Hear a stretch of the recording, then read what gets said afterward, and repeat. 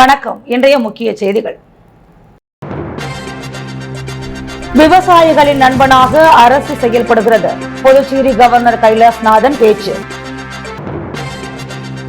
புதுச்சேரி காவல் நிலையங்களுக்கு ISO தரச்சான்று. சிறந்த காவலர்களுக்கு சூப்பர் கார்ப் விருது கவர்னர் முதல்வர் வழங்கி கௌரவிப்பார். மகாபலிபுரத்தில் நடைபெறவுள்ள தாவேக ஆண்டு விழா மாநாட்டிற்கு முதல்வர் ரங்கசாமி வாழ்த்து. பல்வேறு கோரிக்கைகளை முன்வைத்து விவசாய தொழிலாளர் சங்கத்தினர் வேளாண் துறை இயக்குநர் அலுவலகம் முற்றுகை. விவசாய பொருட்கள் வீணாகுவதை தடுக்க நாடு முழுவதும் விவசாயிகளின் வயல்களில் சேமிப்பு குடோன்களை அரசு நிறுவி வருவதாக துணைநிலை ஆளுநர் கைலாஷ்நாதன் தெரிவித்துள்ளார். பீகார் மாநிலம் பகல்பூரில் பிரதமர் மோடி கலந்து கொண்ட விவசாயிகளுக்கான கௌரவ நிதியுதவி வழங்கும் விழா நேரடி ஒளிபரப்பு நிகழ்ச்சி புதுச்சேரி வேளாண் துறை மூலம் நேற்று நடைபெற்றது. காமராஜர் மணிமண்டபத்தில் நடைபெற்ற நிகழ்ச்சியில் கவர்னர் கைலாஷ்நாதன் கலந்து கொண்டு தேசிய தோட்டக்கலை திட்டத்தின் கீழ் பயனாளிகளுக்கு காய்கறி விதைகள் அடங்கிய மினி கிட் மற்றும் பழ கன்றுகள் வழங்கினார்.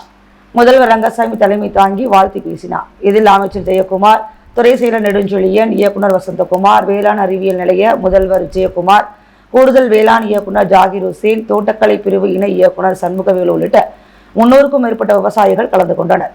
பிரதம மந்திரி விவசாயிகள் கௌரவ நிதியின் 19வது தவணையாக புதுச்சேரி மாநிலத்தைச் சேர்ந்த 8015 பேருக்கு தலா ரூபாய் 2000 வீதம் மொத்தம் ரூபாய் 1,60,30,000 வங்கிக் கணக்கில் நேரடியாக செலுத்தப்பட்டது. தொடர்ந்து காமராஜர் வேளாண் அறிவியல் நிலையம் மூலம் அமைக்கப்பட்டிருந்த ஒருங்கிணைந்த பயிர் பாதுகாப்பு உயிரியல் காரணிகள், சிறுதானிய உணவு வகைகள், இயற்கை வேளாண்மை பொருட்கள் கண்காட்சி நடைபெற்றது. இவ்விழாவில் பேசிய துணைநிலை ஆளுநர் கைலாஷ்நாதன், பிரதமரின் விவசாயிகள் நிதி உதவி திட்டத்தின் மூலம் சிறு குறு விவசாயிகளுக்கு ஆண்டுதோறும் ரூபாய் 6000 நேரடியாக வழங்கப்படுகிறது. நாம் திட்டம் புரட்சி ஏற்படுத்தி இடைத்தரகர்கள் இல்லாமல் விவசாயிகள் தங்களுடைய பொருட்களை விற்பனை செய்து லாபம் பெற வைக்கிறது. விவசாய பொருட்கள் வீணாவதை தடுக்க நாடு முழுவதும் விவசாயிகளின் வயல்களில் சேமிப்பு குடோன்களை அரசு நிறுவி வருகிறது. உற்பத்தி அதிகம் ஏற்படும் போது சேமிக்கவும் பிறகு அதை விற்கவும் வழி ஏற்படுகிறது. தொழில்நுட்பத்தை பயன்படுத்தி உரம் மற்றும் பூச்சி மருந்துகளை ட்ரோன் மூலம் தெளிக்கவும் உற்பத்தி பொருட்களை சந்தைக்கு எடுத்துச் செல்லவும் முடிகிறது. விவசாயிகளுக்கு ஓய்வூதிய திட்டத்தை அரசு அறிமுகப்படுத்தியுள்ளது. புதுச்சேரி அரசும் மத்திய அரசின் விவசாய நலத்திட்டங்களை சிறப்பாக செயல்படுத்தி வருகிறது. புயல் மற்றும் கனமழை காலத்தில் சேதமடைந்த பயிர்களுக்கு இழப்பீடு வழங்கியும் கூட்டுறவு பயிர்க்கடன் மற்றும் வட்டியை முழுவதுமாக தள்ளுபடி செய்தும் மாநில விவசாயிகளின் நண்பனாக அரசு செயல்படுகிறது. அரசின் திட்டங்களை விவசாயிகள் முழுமையாக பயன்படுத்திக் கொள்ள வேண்டும் என்றார். புதுச்சேரி காவல்துறை சார்பில் மக்கள் மன்றம் துவக்க விழா, புதுச்சேரி போலீஸ் பாடல் அறிமுகம், பள்ளிகளில் போலீஸ் புகார் பெட்டி அமைப்பு, சூப்பர் காவலர்களை கௌரவித்தல், காவல் நிலையங்களுக்கு ISO தரச்சான்று வழங்குவது உள்ளிட்ட விழா நடைபெற்றது. புதுச்சேரி போலீஸ் சார்பில் வாரந்தோறும் சனிக்கிழமை போலீஸ் அதிகாரிகள் பொதுமக்களை சந்திக்கும் பொதுமக்கள் குறைதீர்வு முகாம் நடைபெற்று வருகிறது. இது மக்கள் மன்றமாக மாற்றப்பட்டு நேற்று துவக்கி வைக்கப்பட்டது. இனி ஒவ்வொரு வாரமும் சனிக்கிழமை காலை 11 மணி முதல் பகல் 1 மணி வரை போலீஸ் அதிகாரிகள் முன்னிலையில் மக்கள் மன்றம் நடைபெறும். புதுச்சேரியில் முதல் முறையாக காவல்துறை ISO தரச்சான்றிதழ் பெற்றுள்ளது. சட்டம் ஒழுங்கு சீனியர் SP அலுவலகம், ஒதியஞ்சாலை, உருளையன்பேட்டை, ரெட்டியார்பாளையம், நெட்டப்பாக்கம், பாகூர் ஆகிய காவல் நிலையங்களுக்கு விழாவில் ISO தரச்சான்று வழங்கப்பட்டது. குற்றத்தடுப்பு மற்றும் விசாரணையில் சிறப்பாக செயல்பட்ட பாகூர் கான்ஸ்டபிள்கள் கலைச்செல்வன், தேவதாஸ், மேற்கு கிரைம் 8 ராஜரத்தினம், திருபுவனை அசோகன், ஒதியஞ்சாலை உதவி சப் இன்ஸ்பெக்டர் பாலச்சந்தர், வீரமணி, மாகே கிஷோர்குமார், ஸ்ரீஜித், வடக்கு crime sub inspector Raji, Gorimedu crime 8 Rajasekar, Yanam Balavenkata Subbarao, உதவி sub inspector Haranath, TR Pattinam 8 Kamal, Thirunallar Kathiravan, Karaikal Ilavarasan, Kottucherry Arokiamary, STF Murali Prabhakaran, CP CID A2 Ilanthamizh, Jayanthi, cyber crime Jalaludeen, Balaji ஆகியோருக்கு சூப்பர் கார்ப் விருது வழங்கப்பட்டது. குழந்தைகளுக்கு எதிரான பிரச்சனைகளை தெரிவிக்கும் வகையில் புதுச்சேரி முழுவதும் உள்ள 10 பள்ளிகளுக்கு போலீஸ் புகார் பெட்டிகள் வழங்கப்பட்டது. விரைவில் அனைத்து பள்ளிகளிலும் புகார் பெட்டிகள் அமைக்கப்பட உள்ளது. புதுச்சேரி போலீஸ் துறையின் வரலாறு, மரபு மற்றும் பணி பக்தியை பிரதிபலிக்கும் வகையில் புதுச்சேரி போலீஸ் பாடல் நேற்று அதிகாரப்பூர்வமாக வெளியிடப்பட்டது. DIG சத்யசுந்தரம் நன்றி கூறினார். சீனியர் SPக்கள் நாரசைதன்யா, அனிதாரா, SPக்கள் வீரவல்லவன், பாஸ்கர், ரங்கநாதன் உள்ளிட்டோர் பலர் கலந்து கொண்டனர். மகாபலிபுரத்தில் நாளை நடைபெறவுள்ள தாவேக ஆண்டு விழாவிற்கு புதுச்சேரி முதல்வர் ரங்கசாமி வாழ்த்து தெரிவித்துள்ள நிலையில் தாவேக கட்சியின் ஆண்டு விழாவில் பங்கேற்க உள்ளீர்களா என்ற செய்தியாளர்களின் கேள்விக்கு பதிலளித்த முதலமைச்சர் ரங்கசாமி, அவர்கள் மாநாடு நடத்துகிறார்கள், தாவேகா கட்சி மாநாடு சிறக்க வாழ்த்து தெரிவிக்கின்றேன் என்று பதிலளித்துள்ளார். நடிகர் விஜயின் தாவேகா கட்சியின் ஆண்டு விழா நாளை மகாபலிபுரத்தில் நடைபெறுகிறது. இதில் பங்கேற்க முதலமைச்சர் ரங்கசாமிக்கு அழைப்பு விடுக்கப்பட்டுள்ளது. இதனையடுத்து முதலமைச்சர் ரங்கசாமி தாவேகா ஆண்டு விழாவில் பங்கேற்கலாம் என்ற தகவல் வெளியானது. இதுகுறித்து புதுச்சேரி சட்டசபை அலுவலகத்தில் முதலமைச்சர் ரங்கசாமியிடம் தாவேகா கட்சியின் ஆண்டு விழாவில் பங்கேற்க உள்ளீர்களா என செய்தியாளர்கள் கேட்டதற்கு, அவர்கள் மாநாடு நடத்துகிறார்கள், தாவேகா கட்சி மாநாடு சிறக்க வாழ்த்து தெரிவிக்கின்றேன் என்று அவர் பதிலளித்தார். விவசாய தொழிலாளர்களுக்கு அரசு அறிவித்த 1000 ரூபாய் நிவாரணத் தொகையை வழங்க வலியுறுத்தி வேளாண் துறை இயக்குநர் அலுவலகத்தை புதுச்சேரி விவசாய தொழிலாளர் சங்கத்தினர் முற்றுகையிட்டு போராட்டத்தில் ஈடுபட்டனர். கடந்த 3 மாதத்திற்கு முன்பு புதுச்சேரியில் கடும் மழை புயல் காரணமாக அனைவரும் பாதிக்கப்பட்டனர். பாதிக்கப்பட்டவர்களுக்கு அரசு நிவாரணங்களை அறிவித்து வழங்கியுள்ளது. விவசாய தொழிலாளர்களுக்கு மழை நிவாரணம் 1000 ரூபாய் வழங்கப்படும் என அரசு அறிவித்திருந்தது. இதற்கான நிதி விவசாய தொழிலாளர் நல சங்கத்தில் ஒதுக்கீடு செய்துள்ளது.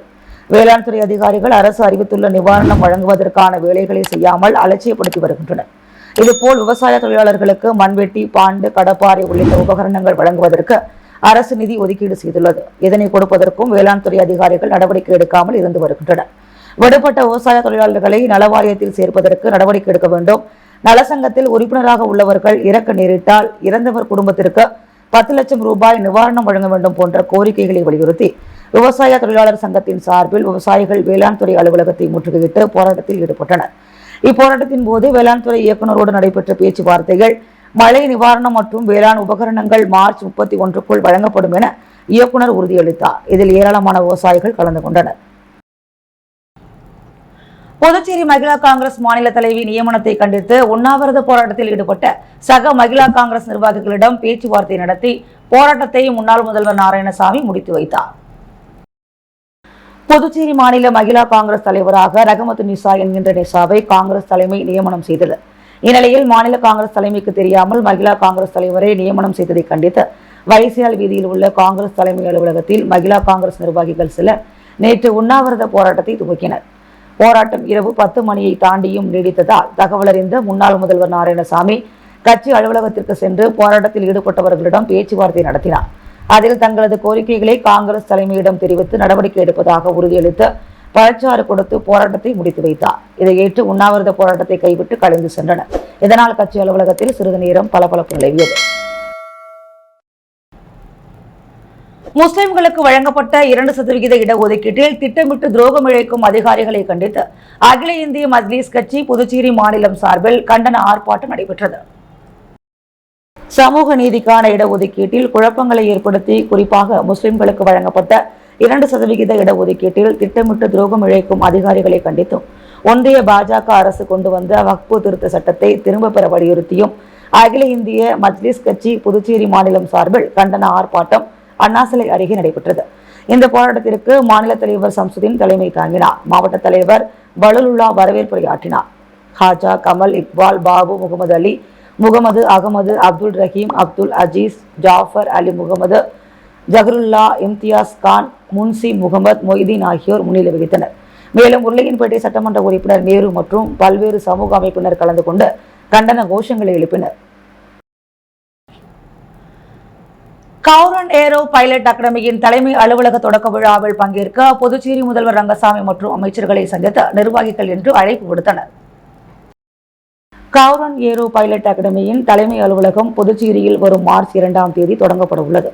இந்த தொடக்க விழாவில் கலந்து கொள்ள புதுச்சேரி முதல்வர் ரங்கசாமியை இன்று சட்டப்பேரவையில் நிர்வாகிகள் அழைப்பு விடுத்தனர். மேலும் கல்வித்துறை அமைச்சர் நமச்சிவாயம் மற்றும் ஏனைய அமைச்சர்களையும் சந்தித்து நிர்வாகிகள் அழைப்பு விடுத்தனர். இந்த சந்திப்பின் போது கவுரன் ஏரோ பைலட் அகாடமியின் சேர்மன் சந்திரபோஸ், துணை சேர்மன் அப்பன்ராஜ், இயக்குநர் விஜய் ஆனந்த் உள்ளிட்டோர் கலந்து கொண்டனர். ஒருமுறை தளர்வு அளித்து சுகாதாரத்துறையில் பணிபுரியும் வாரிசுதாரர்களுக்கு பணி வழங்க வலியுறுத்தி வாரிசுதாரர்கள் இன்று 12வது நாளாக போராட்டத்தில் ஈடுபட்டனர். புதுச்சேரி சுகாதாரத்துறையில் உள்ள டிஎம்எஸ் அலுவலகம் முன்பு வாரிசுதாரர்கள் நலசங்கம் சார்பில் இன்று 12வது நாளாக காத்திருப்பு போராட்டம் நடைபெற்றது. சட்டமன்றத்தில் முதல்வர் கொடுத்த வாக்குறுதியின் அடிப்படையில் சுகாதாரத்துறையில் பணியின் போது இறந்த வாரிசுகளுக்கு ஒருமுறை தளர்வளித்து பணி வழங்கப்படும் என்ற வாக்குறுதியை நிறைவேற்ற கோரி டிஎம்எஸ் அலுவலகம் முன்பு 12வது நாளாக காத்திருப்பு போராட்டத்தில் ஈடுபட்டனர். போராட்டத்தில் ஏராளமான ஊழியர்கள் பலர் கலந்து கொண்டனர். கருவடிக்குப்பம் காமராஜர் மணிமண்டபத்தில் நடைபெற்ற விவசாயிகளை கௌரவிக்கும் நிகழ்வில் பங்கேற்ற முதலமைச்சர் ரங்கசாமி புதுச்சேரியில் பல திட்டங்களுக்கு நிதி கொடுக்க மத்திய அரசு காத்திருப்பதாக பேசினார். வேளாண் மற்றும் விவசாயிகள் நலத்துறை சார்பில் கருவடிக்குப்பம் காமராஜர் மணிமண்டபத்தில் நடைபெற்ற விவசாயிகள் கௌரவிக்கும் நிகழ்ச்சியில் முதலமைச்சர் ரங்கசாமி பேசிய பொழுது, நாட்டின் வளர்ச்சி மக்கள் நலனிற்கு பல திட்டங்களை பிரதமர் நரேந்திர மோடி தொடர்ந்து கொடுத்து வருகிறார். பயிரிட்டு உணவுப் பொருட்களை உற்பத்தி செய்து கொடுப்பது சாதாரண விஷயமில்லை. இது விவசாய குடும்பத்திற்கு நன்றாக தெரியும். விவசாயிகளுக்கு பல பிரச்சனைகள் உள்ளது. லாபமும் பெரிய அளவில் கிடைக்காது. இதனால் கரும்பு, தென்னை போன்ற பண பயிரிட்டு லாபம் ஈட்ட வேண்டும் என கூறுகின்றனர். இதற்கு அரசு உதவி செய்கிறது. பயிரிட்டால் லாபம் கிடைக்கவில்லையே என்பதால் விவசாய நிலங்கள் மனைகளாக மாறுகிறது. விவசாயம் மூலம் உணவு உற்பத்தி அதிகமாக இருக்க வேண்டும். விவசாயிகள் மகிழ்ச்சியாக இருந்தால் மற்றவர்கள் பசியில்லாமல் இருக்க முடியும். விவசாயிகளை நாம் மகிழ்ச்சியோடு வைத்திருக்க வேண்டும். மத்திய அரசு விவசாயிகளுக்கு ஆண்டிற்கு ரூபாய் 6000 கோடி நேரடியாக வங்கிக் கணக்கில் செலுத்துகிறது.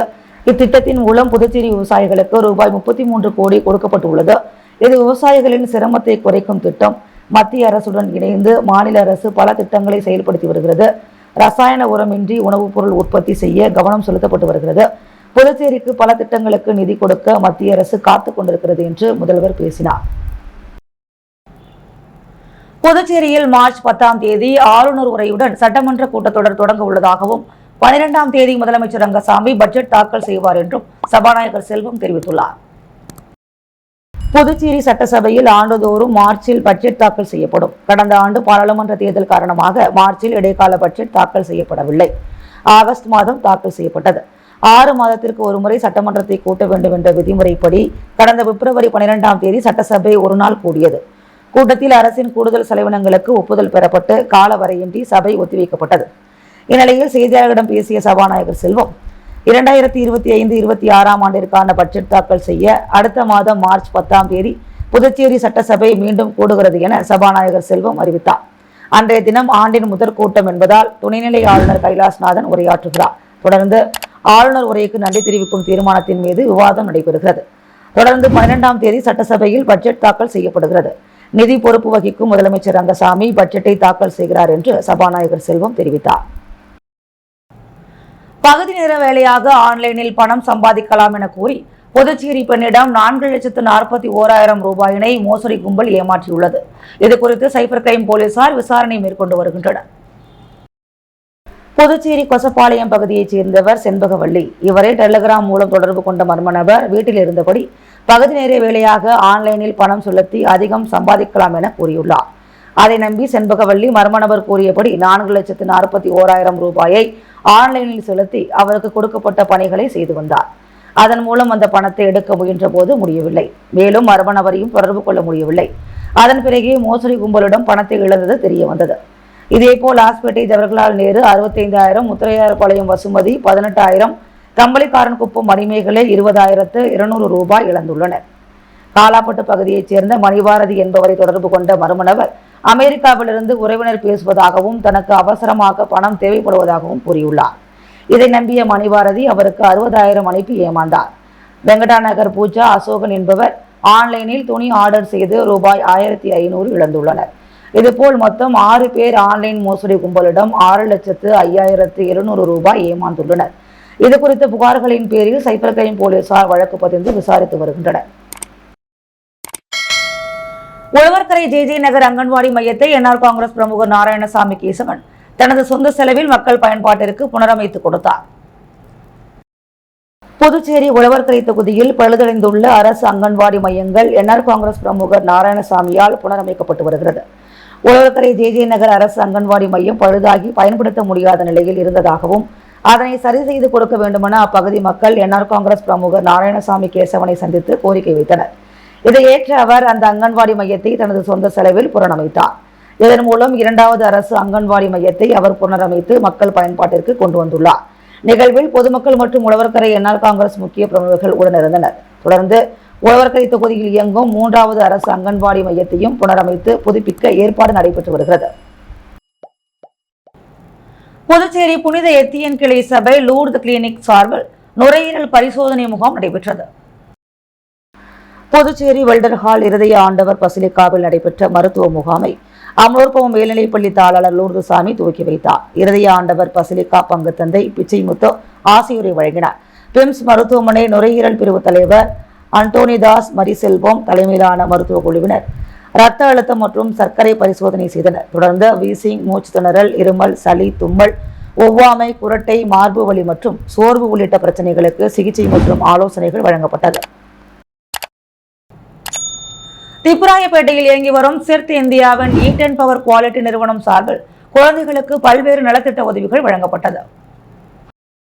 புதுச்சேரி சேதராப்பட்டில் இயங்கி வரும் eaten power quality private limited நிறுவனம் புதுச்சேரி திப்ராயப்பேட்டையில் உள்ள சிர்த் இந்தியாவின் மூலம் இயங்கி வரும் மாற்றுத்திறனாளி குழந்தைகளுக்கான சிறப்பு பள்ளி கொரோனா காலத்தில் நிதி பற்றாக்குறை காரணத்தால் இயங்காமல் இருந்த நிலையில் அப்பள்ளியை மறுசீரமைத்து இயங்க நிதியளித்து உதவியது.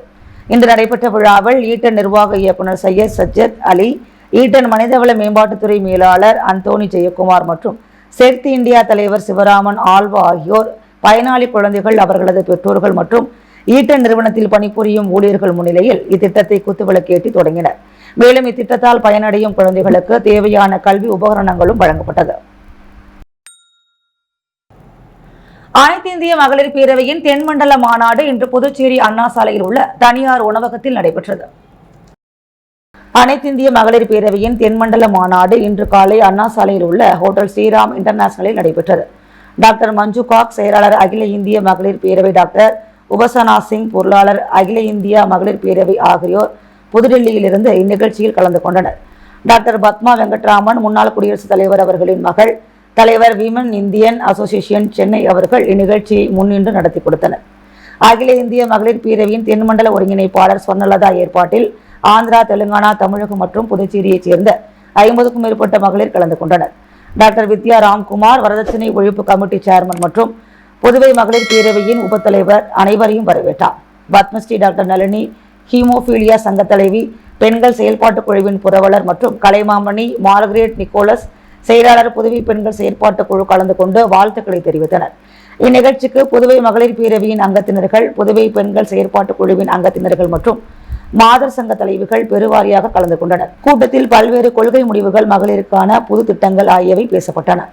டாக்டர் பிரமிளா தமிழ்வாணன், முதல்வர் இந்திரா காந்தி நர்சிங் கல்லூரி மற்றும் நோடல் ஆபீசர் புதுச்சேரி அரசு நர்சிங் கல்லூரிகள் மற்றும் துணைத் தலைவர் புதுவை மகளிர் பேரவை மேற்பார்வையில் இந்திரா காந்தி செவிலியர் கல்லூரியைச் சேர்ந்த மாணவிகள், குரு ஸ்ரீ சுந்தரமூர்த்தியின் சுந்தர் நாட்டிய குழுவினர் மாணவியர் மிக சிறப்பான முறையில் கலை நிகழ்ச்சிகளில் தங்களது திறமைகளை வெளிப்படுத்தினர். நிகழ்ச்சியை புதுவை மகளிர் பேரவை சிறப்பாக செய்திருந்தனர். ஃபாத்திமா அலி, துணைத் தலைவர், புதுவை மகளிர் பேரவை மற்றும் ரெயின்போ நகர் மகளிர் சங்க தலைவி நன்றி உரையாற்றினார். ரெகனா பேகம் நிகழ்ச்சியை தொகுத்து வழங்கினார். விழாவில் சுசிலா நாராயணன் உள்ளிட்ட மகளிர் திரளாக கலந்து கொண்டனர். அகில இந்திய என்ஆர் காங்கிரஸ் கட்சி நிர்வாகிகள் கூட்டம் தொகுதி தலைவர் குமரேசன் தலைமையில் நடைபெற்றது. அகில இந்திய என்ஆர் காங்கிரஸ் கட்சியின் மணவெளி சட்டமன்ற தொகுதி தலைவராக கே டிராவல்ஸ் உரிமையாளர் குமரேசன் என்கின்ற குமரவேல் மற்றும் தொகுதி நிர்வாகிகள் நியமிக்கப்பட்டுள்ளனர். அதன் அறிமுக கூட்டம் நேற்று மாலை இடையார்பாளையம் கிராமத்தில் உள்ள அவரது இல்லத்தில் நடைபெற்றது. இதில் 200க்கும் மேற்பட்டவர்கள் பங்கேற்று மணவெளி தொகுதி தலைவராக நியமிக்கப்பட்டுள்ள குமரேசனுக்கு மாலை அணிவித்து பொன்னாடை போர்த்து வாழ்த்து தெரிவித்து கேக் வெட்டி கொண்டாடினர். மேலும் எதிர்வரும் காலங்களில் என்ஆர் காங்கிரஸ் கட்சியின் வளர்ச்சிப் பணிகள் குறித்தும் ஆலோசிக்கப்பட்டது. புதுவையில் இன்றைய தங்கம் மற்றும் வெள்ளி விலை நிலவரம். முத்து கோல்டோஸ் வழங்கும் தங்கம் மற்றும் வெள்ளி விலை நிலவரம். தங்கம் 1 கிராம் 8075 ரூபாய், வெள்ளி 1 கிராம் 105 ரூபாய்.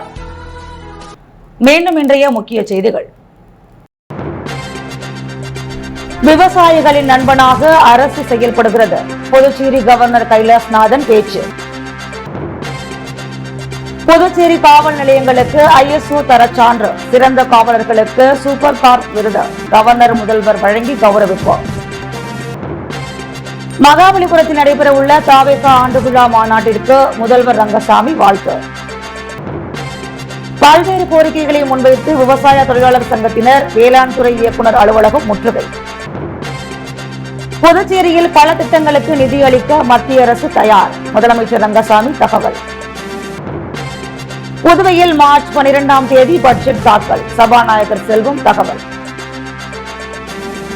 இத்துடன் செய்திகள் நிறைவு பெற்றன. வணக்கம்.